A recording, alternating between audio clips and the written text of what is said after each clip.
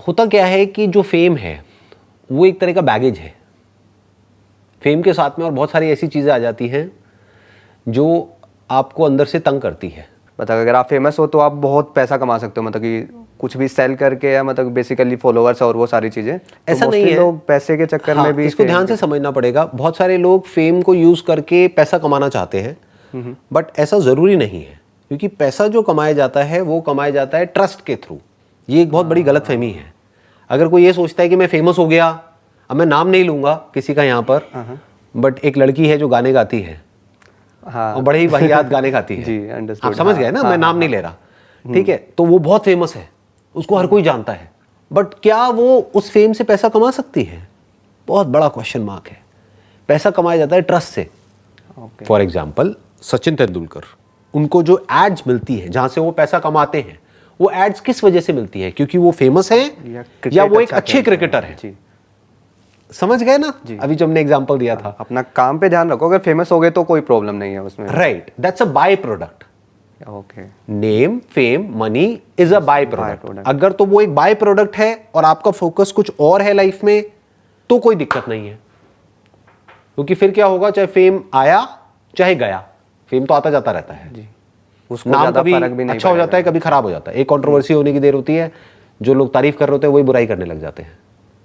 Fame आ जाता है, चला जाता है। आज कोई फेमस है, कल कोई और हो जाता है। आज कोई और न्यूज़ में आ रहा है, कल कोई और आ जाता है। और आजकल तो न्यूज़ भी 1-2 दिन से ज़्यादा नहीं टिकती है, राइट। तो फेम भी ज़्यादा नहीं टिकता है। तो अगर किसी को ये अंदर से कीड़ा आ जाए कि भाई मेरे को तो फेमस होना है और फेमस रहना है, तो वो बहुत उल्टे सीधे काम करने लग जाएगा या करने लग जाएगी उस फेम के चक्कर में। फिर वो फंसते चले जाएंगे, वो फेम उनको फंसा देगा। किस किस तरह से फंसा देगा उसकी कोई लिमिट नहीं है। ऐसे भी बहुत सारे एग्जांपल्स हैं। और वही लोग मिजरेबल होते होंगे मोस्ट प्रोबेबली। वो ही मिजरेबल होते हैं, आप समझ गए, क्योंकि वो फेम के पीछे भाग रहे हैं। जैसे फॉर एग्जांपल अगर आप मेरी बात करो तो I don't enjoy fame, but मजबूरी है, क्या करूं। अब ये जो काम कर रहा हूं इसमें वो साथ में आ रहा है। सर वैसे ग्रेटिट्यूड फील होता है कि लोग आ रहे हैं कि मैंने इसके लिए काम किया है, लोग मतलब कि थैंक यू बोलने आ रहे हैं, मतलब कहीं पे? बिल्कुल भी नहीं। आप मतलब परेशान होते हो, मतलब कि ज़्यादा फर्क ही नहीं पड़ता? ना मैं परेशान होता हूँ ना मैं खुश होता हूँ, मेरे को फर्क नहीं पड़ता है। जैसे कोई आया, सर सेल्फी ये वो वटेवर, हाँ ठीक है करो और जाओ, बस खत्म। तो I am not happy about it. उसमें खुश क्या होना है जी, उसमें परेशान क्या होना है? I am controlling this aspect in a way जिस तरह से मैं करना चाहता हूँ। ओके। मैं किस तरह के जगह पे जा रहा हूँ, किन लोगों से मिल रहा हूँ, क्या कर रहा हूँ, उस सब के पीछे एक थॉट प्रोसेस है। इन सब का विजन है आपका कि आगे पूरा विजन है कि फेम को किस लेवल तक रखना है और कहाँ तक नहीं रखना है। फेम को कब गिराना है, कब उठाना है। आप कह सकते हो मैं फेम को खुद गिरा रहा हूँ टाइम टू टाइम, जान करके, ताकि वो एक लिमिट में रहे जिससे कि मैं अपना असली काम कर सकूं। क्योंकि अगर फेम ज़्यादा हो गया तो मैं बोल नहीं सकता फिर। इसी के अबाउट एक क्वेश्चन और था कि सर आप मतलब कि अपना पॉलिटिक्स से रिलेटेड मतलब अपना बताते नहीं है ओपिनियन वगैरह, वो मतलब कि यही रीज़न है इसका? मतलब मैं ये था क्वेश्चन कि आप ये क्यों नहीं शेयर कर रहे हो अपने व्यूज़ वगैरह? एक रीज़न तो यही है जो मैंने अभी आपको दिया है कि मुझे कहाँ जुड़ना है, कहाँ नहीं जुड़ना है, किस बारे में बात करनी है, कहाँ पे इन्वॉल्व होना है, कहाँ पे नहीं होना है, वो मेरे माइंड में बिल्कुल क्लियर है। That is 1। 2, मैं न्यूज़ नहीं पढ़ता हूँ, रेयरली पढ़ता हूँ। जैसे कुछ बहुत बड़ा हो जाता है तो पढ़ लेता हूँ। तो जब न्यूज़ ही नहीं पढ़ता हूँ तो मेरे को एक्चुअल में नॉलेज नहीं है कि पॉलिटिक्स में क्या हो रहा है, किस लेवल पे हो रहा है। तो जिस चीज़ की मेरे को नॉलेज ही नहीं है उसके बारे में मैं क्या बात करूँ? जो भी करूँगा वो फैक्ट्स के बेस पर नहीं होगी। अब मेरे को अगर फैक्ट्स एक्यूमुलेट करने हैं तो मैं फिर पूरे डीप में एक्यूमुलेट करूँगा। तो अगर मैं पूरी एनर्जी वहाँ लगा दूंगा तो मैं फिर ये काम कैसे करूँगा जो अभी मैं कर रहा हूँ। नेक्स्ट क्वेश्चन पूछता हूँ सर। पूछिए जी। जी, एक मैं अभी लेटेस्ट बुक पढ़ रहा था, आउटलायर्स, मे बी आपने पढ़ी होगी। वो बेसिकली मतलब जो आउटलायर्स, वो मतलब कि जो एक्सट्रीमली सक्सेसफुल होते हैं ना, मतलब कि स्पोर्ट्स एथलीट्स या फिर टेक बिलियनियर्स, उनकी मतलब कि लाइफ्स को स्टडी किया है कि मतलब कि क्या क्या पैटर्न्स थे कि सक्सेसफुल बंदों के, कि किसने क्या क्या किया है। तो उन्होंने मतलब कि ऑफ कोर्स उन्होंने बोला था कि मतलब हार्ड वर्क और स्किल ये सारी चीज़ें ज़रूरी थी, लेकिन उन्होंने एक वर्ड यूज़ किया था, आर्बिट्रेरी एडवांटेजेस हुई थी मतलब बहुत सारे लोगों को। मतलब कि हॉकी प्लेयर्स से लेकर मतलब कि, और बिल गेट्स और वॉरेन बफेट ने भी खुद भी एक्सेप्ट किया ना कि हम बहुत लकी थे बहुत सारे वेज में। उन्होंने बताया कि मतलब कि बहुत कम प्रोबेबिलिटी थी उन सिनेरियोज़ की। तो मैं आपका ओपिनियन जानना चाहता था कि मतलब कि आपको क्या लगता है, आप एग्री कर रहे हो कि आप भी मतलब कि सम सॉर्ट ऑफ एडवांटेजेस हुई हैं उल्टी सीधी जिनकी वजह से आप यहाँ पहुँच गए, या मतलब मोस्टली खुद ही बन एक तो नंबर वन, मैंने वो बुक नहीं पढ़ी है तो मुझे आइडिया नहीं है आप किस कॉन्टेक्स्ट में कह रहे हो। As far as advantages are concerned, तो एडवांटेजेस क्या होती हैं बेसिकली, जैसे फॉर एग्जांपल अगर बिल गेट्स की बात करी जाए तो उनके पास में क्या एडवांटेज थी, फर्स्ट मूवर एडवांटेज। उसके बाद में बहुत लोग आए जिन्होंने सॉफ्टवेयर एज अ प्रोडक्ट बेचने की कोशिश करी, लेकिन तब तक वो लीड ले चुके थे। जी। ऐसा हर फील्ड में होता है। अगर आप हमारी भी बात करो तो जिस वक्त हम आए उस वक्त इस फील्ड में देयर वर पीपल जो पहले से कर रहे थे, लेकिन कोई भी उस तरीके से नहीं कर रहा था जिस तरीके से हमने किया। तो आप कह सकते हो एक वे में कि हमको फर्स्ट मूवर एडवांटेज मिला, क्योंकि जिस नीश को हमने पकड़ा उस नीश में कोई और नहीं था, तो we got that first mover advantage. और आज अगर कोई आता है तो उसके लिए इतने बड़े लेवल पे एक उसको बिल्ड करना it's going to be very very challenging. Very challenging. Sir उन्होंने मतलब कि मतलब पूरा अच्छे से बताया, पूरा चैप्टर था बिल गेट्स के ऊपर कि जब कंप्यूटर मतलब कि एक्सप्लोड हो रहे थे, मतलब कि स्टार्टिंग ही हुई थी, तो कुछ मतलब 5 या 10 स्कूल्स में ही थे, मतलब कि उस टाइप के पीसीज थे जो मतलब कि आगे जाके बने। उनमें से एक में बिल गेट्स थे।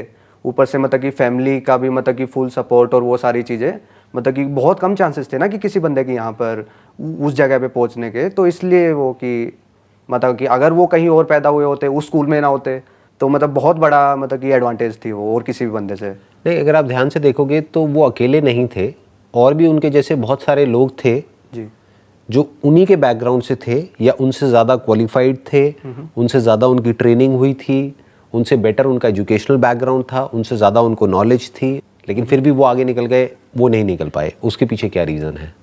मतलब कि ऑफ कोर्स उन्होंने मतलब कि हार्ड वर्क किया होगा और वो एक्सट्रीमली स्मार्ट होंगे। हाँ, ये थोड़ा सा यहाँ पे समझना पड़ेगा कि हम हार्ड वर्क को बहुत ज़्यादा इंपॉर्टेंस देते हैं लाइफ में। It's not so much about hard work जो उन्होंने किया या और भी किसी ने भी किया या वॉरेन बफेट ने किया।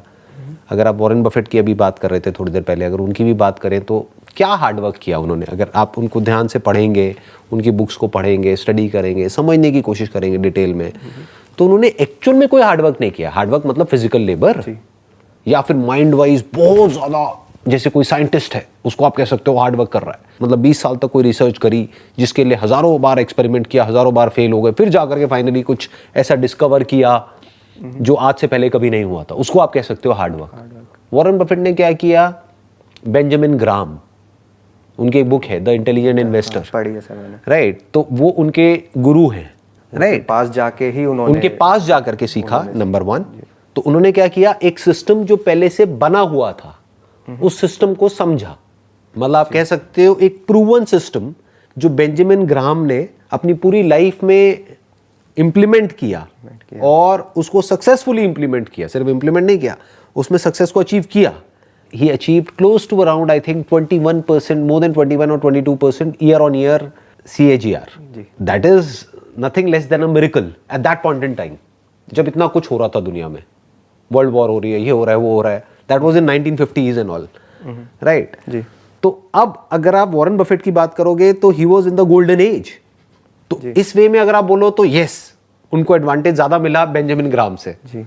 और वो अमेरिका में पैदा हुए, वो अमेरिका में पापा पैदा भी स्टॉक हुए। ब्रोकर थे, वहीं तो से ये 13 की इसको एज में। बोलते हैं बेसिकली बैकवर्ड चीजों को देखना, कि हम यहाँ पर बैठ करके पीछे देखें और बोले कि देखो ये हुआ, ये हुआ, ये हुआ, अगर ये नहीं होता तो वो नहीं होता। बट लाइफ ऐसे नहीं चलती है, लाइफ बैकवर्ड नहीं चलती है। टाइम आज से गुजरे हुए कल में जा रहा है या आने वाले कल में जा रहा है, आने वाले राइट। तो आप ऐसे नहीं देख सकते, ये नहीं हुआ होता तो वो नहीं हुआ होता, अरे अगर वो नहीं हुआ होता तो शायद कुछ और हुआ होता। जी। आप समझे, मतलब उनके अंदर, वॉरेन बफेट के अंदर कुछ ऐसा था, कुछ ऐसा उन्होंने सीखा था। अब आप कहते हैं कि भाई उस टाइम पे अगर उन्होंने उन 4 कंपनीज में इन्वेस्ट नहीं किया होता तो उनकी वेल्थ 100 गुना नहीं हुई होती 10 साल में। तो 4 में नहीं किया होता तो किसी और में किया होता, 100 गुना नहीं होती तो हो सकता है 200 गुना हो गई होती, 200 गुना नहीं हुई होती तो हो सकता है 50 गुना हो गई होती, राइट। तो you are getting where I am coming from. But उनके फंडामेंटल स्ट्रांग थे। इतने सालों तक जो उनकी कंपनी ने रिटर्न दी है, more than 20%, close to around 20% CAGR year on year, बहुत बड़ी बात है। वो कैसे दे पाए, इतनी कंसिस्टेंसी कहां से आ पाई? इसका मतलब there was a system which he was following, right. ये हम बोल सकते हैं। बट अगर हम ये बोलते हैं कि उनको ये मिला, ये एडवांटेजेस मिले जिसकी वजह से वो उस लेवल तक पहुंच पाए, तो I don't by that point, because अगर उनकी जगह किसी और को मिल गए होते वो एडवांटेजेस, क्या बेंजामिन ग्राम के एक ही स्टूडेंट थे? क्या उनके एक ही स्टूडेंट थे? नहीं, बहुत सारे, पर सारे वॉरेन बफेट क्यों नहीं बन पाए? तो कहने का मतलब है कि और लोग थे जिनके पास में उनसे ज्यादा एडवांटेजेस थे, जिनका बैकग्राउंड उनसे बेटर था, जिनके पास में उनकी फैमिली का बेटर सपोर्ट था, जिनके पास में पैसा उनसे ज्यादा था, जिनके पास में नॉलेज ज्यादा थी, फिर भी वो नहीं कर पाए, ये कर गए। क्यों? उसके पीछे क्या रीजन है? ऐसे भी सोचना पड़ेगा। तो उसके पीछे जब हम रीजन ढूंढने लग जाएंगे तो हमको एक ही रीजन मिलेगा। अगर एक तार जो सबको जोड़ देती है, जो किसी भी फील्ड में कोई भी सक्सेसफुल हुआ है, क्या है सर वो? That is learning.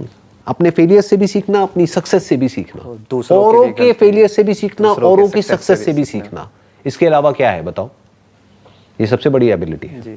जब आप रीजन, और ये आपको सब में मिलेगी, सब में। ऐसा कोई नहीं हो सकता जिसमें ना मिले, जी, चाहे वो किसी भी फील्ड में सक्सेसफुल हुआ है। तो ये अगर आप कहते हो तो समझ आता है। बट ये जो बुक के कॉन्टेक्स्ट में आप बात कर रहे हो कि उनको कुछ ऐसा मिला, अरे उनसे ज्यादा पता नहीं कितनों को मिला। सर वो मतलब कि मैं क्लैरिफाई कर देता हूँ, वो ये नहीं कह रहे थे कि सिर्फ ये रीजंस थे। वो कहते हैं कि मतलब कि ऑफ कोर्स उन्होंने बाकी सब भी किया, मतलब कि लर्निंग भी की थी, थोड़ी जेनेटिकल एडवांटेजेस थी, वो सारी चीज़ें थी।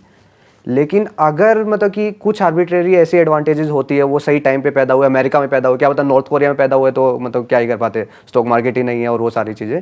इस तरह की रिसर्चेस में प्रॉब्लम पता है क्या होती है? उन्होंने क्या किया, पहले ही अपने माइंड में एक पॉइंट बनाया, उस पॉइंट को प्रूव करने के लिए उस बुक में बैकवर्ड इंटीग्रेशन करी और अपने पॉइंट को प्रूव कर दिया। और लोग पढ़ेंगे, वो कहेंगे हाँ बात तो सही है, ऑब्वियसली सही है, बट इसकी और भी बहुत सारी साइड्स हैं जिसको वो टच नहीं करेंगे। क्यों नहीं करेंगे? क्योंकि वो उनके पॉइंट को प्रूव नहीं करेगी, उसको डिसप्रूव कर देगी। For example, one point could be कि आपने ये तो सब पकड़ लिया कि उनके क्या क्या एडवांटेजेस थे, कि वो इस साल में यहाँ पे पैदा हुए, उनको ये मिला, उनको ये मिला, उनको ये मिला। उनके डिसएडवांटेजेस कहाँ हैं? है उस बुक में? आपने पढ़ी है? आप बताओ। पूरी नहीं पढ़ी है सर, क्या बता गए? नहीं पढ़ी होगी। नहीं सर, 2-3 चैप्टर बचे हुए हैं सर, पूरी नहीं पढ़ी बीच में। अभी तक जितनी पढ़ी है, नहीं अभी तक जितनी पढ़ी है उसमें कहीं डिसएडवांटेजेस की बात करी उन्होंने? नहीं सर, नहीं करी। तो उन्होंने तो ये इनकम्प्लीट नहीं होगी रिसर्च। मे बी अगर उनके पास में एडवांटेजेस थे, बिल गेट्स के पास में, वॉरेन बफेट के पास में, या किसी के पास में भी, इलॉन मस्क के पास में, तो डिसएडवांटेजेस भी तो थे। वो कहाँ हैं? अगर वो आ गए तो उनका ये पॉइंट प्रूव नहीं हो पाएगा। आप समझ गए? एक थ्योरी है जो पहले ही उन्होंने अपने माइंड में बना ली है, उस थ्योरी को प्रूव करने के लिए वो बुक को इस तरीके से डिजाइन कर दिया है कि आप जैसे जैसे उस बुक में जाते चले जाओगे, आपको विश्वास होता चला जाएगा, अच्छा ये होता है। क्योंकि this is what most people want to believe. जी, दे वांट टू बिलीव कि अच्छा उसके पास में ना कोई स्पेशल एडवांटेज थी जिस वजह से वो आज उस लेवल पे है। अगर उसकी जगह मैं होता तो मैं भी होता। ये तो और ज्यादा बिकेगी भी सर, मतलब कि ऐसे ही बुक्स लोग पढ़ना चाहेंगे कि राइट, क्योंकि वो उन्हीं के पॉइंट को उनके सबकॉन्शियस लेवल पे, उनके ना करने के डिसीजन को, क्योंकि एक्शन लेना मतलब अपने आप में एक बहुत बड़ी स्ट्रगल। तो उनकी स्ट्रगल की स्टोरी कहाँ है? दूसरी तरफ से कुछ ऐसी बुक्स होंगी जो सिर्फ और सिर्फ स्ट्रगल को ही दिखा रही हैं, उनके एडवांटेजेस को नहीं दिखा रही, वो भी इनकम्प्लीट हो गई।